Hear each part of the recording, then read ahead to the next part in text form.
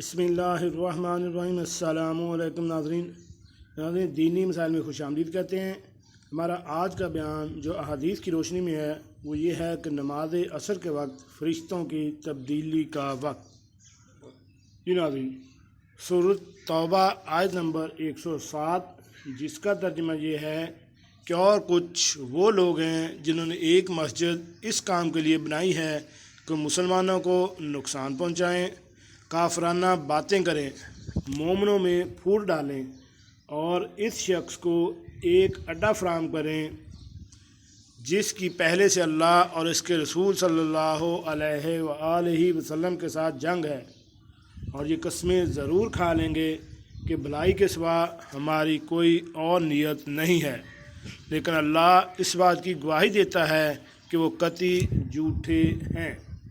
صحیح مسلم کی 1432 نمبر حدیث ہے اور جلد نمبر 1 ہے، جس میں یہ ہے کہ حضرت ابو ہریرہ رضی اللہ تعالیٰ عنہ سے روایت ہے کہ اللہ کے نبی صلی اللہ علیہ وآلہ وسلم نے فرمایا کہ رات کے فرشتے اور دن کے فرشتے ایک دوسرے کے پیچھے تمہارے پاس آتے ہیں، اور فجر کی نماز اور عصر کی نماز کے وقت وہ اکٹھے ہو جاتے ہیں۔ پھر جنہوں تمہارے درمیان رات گزاری ہوتی ہے وہ اوپر چلے جاتے ہیں۔ ان کا رب پوچھتا ہے، حالانکہ وہ اس سے زیادہ جانتا ہے۔ اللہ پوچھتے ہیں کہ میرے بندوں کو کس حالت میں چھوڑ کر آئے ہو؟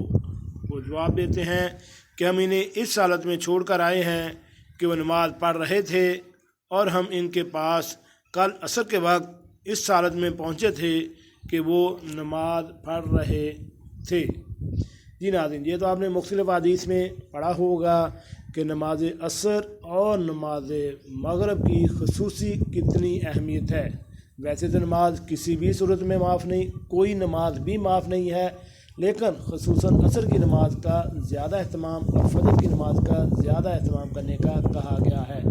اس لیے ہمیں تمام آداب کی رعایت رکھتے ہوئے اور اس فرض کو پورا کرتے ہوئے تمام نمازوں کا اہتمام کرنا چاہیے، خاص کر فجر اور عصر کا، تاکہ جب اللہ تعالیٰ کے ہاں فرشتے حاضر ہوں تو فرشتے ہماری گواہی دیں کہ اے اللہ، جب ہم گئے تھے اور جب ہم واپس آ رہے ہیں تو تیرے بندے تیری ہی نماز، تیری بندگی کر رہے تھے۔